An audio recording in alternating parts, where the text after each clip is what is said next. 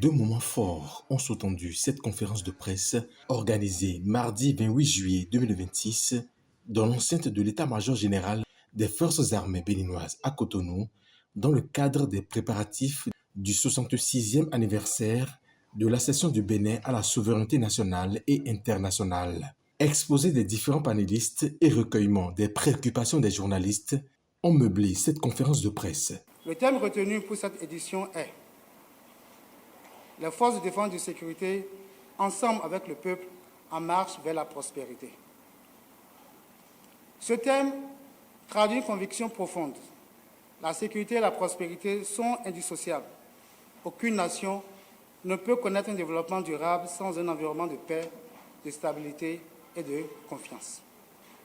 À cet égard, les propos de l'ancien secrétaire général des Nations Unies, Kofi Annan, résonnent avec une particulière justesse.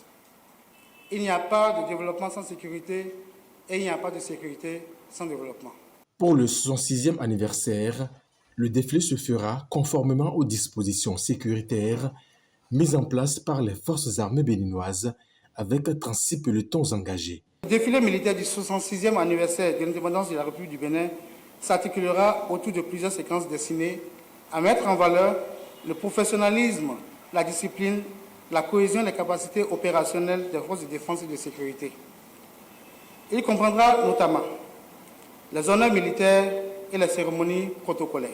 Le défilé pédestre des unités des forces de défense et de sécurité béninoises auxquelles se joindront les éléments des forces armées de la République fédérale du Nigeria, témoignant de l'excellence des relations de coopération militaire entre les deux pays, de la solidarité sous-régionale et de l'engagement commun en faveur de la paix et de la sécurité. Il faut préciser, pour ce qui est du défilé pédestre, que nous aurons 36 pelotons engagés. Le défilé motorisé mobilisera 47 véhicules et 4 embarcations de la Marine nationale. Tour à tour, les panélistes ont présenté leurs troupes qui vont défiler au cours de la commémoration du 66e anniversaire du 1er août. La police républicaine présentera sa troupe musicale pour 2 tableaux riches en sonorités musicales. Une merveilleuse vue aérienne sera présentée aux téléspectateurs par les 9 pelotons. Pour la douane, un détachement de 3 pelotons est prévu, dont un exclusivement féminin du côté des eaux et forêts et chasse, 4 pelotons dont un féminin habillés en tenue de service communément appelée demi-saison et les autres habillés en tenue de lutte anti-braconnage. L'armée de l'air ne manquera pas de participer à cette commémoration avec 3 pelotons dont un féminin habillé en tenue de cérémonie.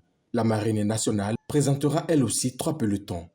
Viendra ensuite le peloton des fusiliers commandos marins provenant des différentes bases de la marine nationale et chargés de la protection des différentes bases marines. Puis, la garde nationale participera elle aussi avec 3 pelotons, tous habillés en treillis, arborés de différents accessoires, traduisant leurs différentes missions.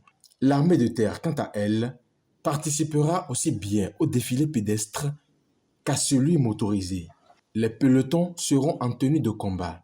L'armée de terre sera représentée pour ouvrir la marche par l'escadron de musique qui rythmera par la suite la marche des troupes de l'armée de terre.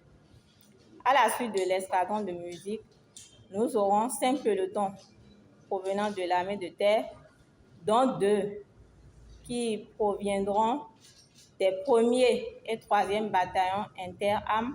Et nous aurons enfin un peloton exclusivement féminin. Tous ces pelotons seront habillés en tenue de combat et exécuteront la marche prussienne.